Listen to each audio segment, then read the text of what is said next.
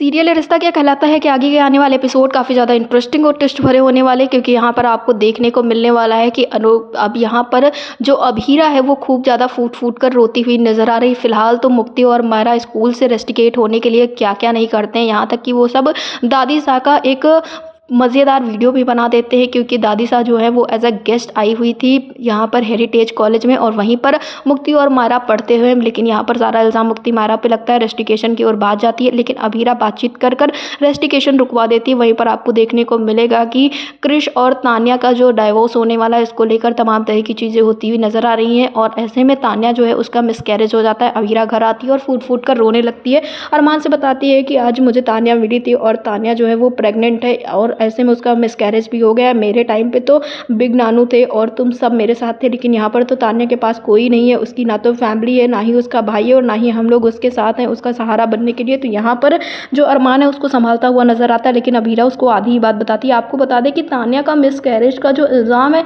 वो भी अभीरा के ऊपर पोद्दार हाउस में सबने लगा दिया है, यानी कि अभीरा के ऊपर ऑलरेडी इतने इल्ज़ाम है, एक इल्ज़ाम और लगा दिया गया है। वहीं आपको देखने को मिलेगा कि जो चाची सा हैं यानी कि मनीषा, वो अपनी बहू दिशा से कहती हुई नज़र आती है कि तुम तो घर जोड़ने वाली बहू बनने वाली थी, लेकिन तुमने तो सब कुछ ख़राब कर दिया। पहले अरमान और अभीरा, और अब क्रिश और तान्या तुम्हारी वजह से अलग हो रहे। तुमने क्यों एक्सपोज किया क्रिश और तान्या को। यहाँ पर वो अपनी बहू को डांट लगाती हुई नज़र आती हैं और कहती है कि तुमने जो कुछ भी किया है बहुत गलत किया है। इस घर में 3 बहुएँ थी, एक तो ऑलरेडी घर छोड़ के चली गई है, क्रिश तान्या अलग हो रहे हैं, और तुम अब घर में बची हुई हो। तुम तो प्लीज़ ये सारी चीज़ें मत करो। घर जोड़ना चाहता है, लेकिन तुम तो घर तोड़ती हुई नज़र आ रही हो। यहाँ पर मनीषा को चीज़ें कहीं ना कहीं समझ में आ रही हैं। फिलहाल इस वक्त पर सबसे बड़ा सवाल यह है कि अभीरा के ऊपर इतना बड़ा इल्ज़ाम लग चुका है, और यहाँ पर अभी तक अरमान को इस बारे में कुछ भी नहीं पता है। वहीं आपको देखने को मिलेगा अरमान जो है वो अब धीरे धीरे चीज़ों को भूलने लगा है, और अरमान एक इंटरव्यू में गलती से ये भी कहता हुआ नजर आता था अभी कि मैं तो दवाइयाँ ही भूल रहा हूँ, आगे चलकर इंसान भी भूलूंगा। क्या यहाँ पर अरमान अभीरा को भूल जाएगा? आगे के एपिसोड में ये दिखाया जाएगा।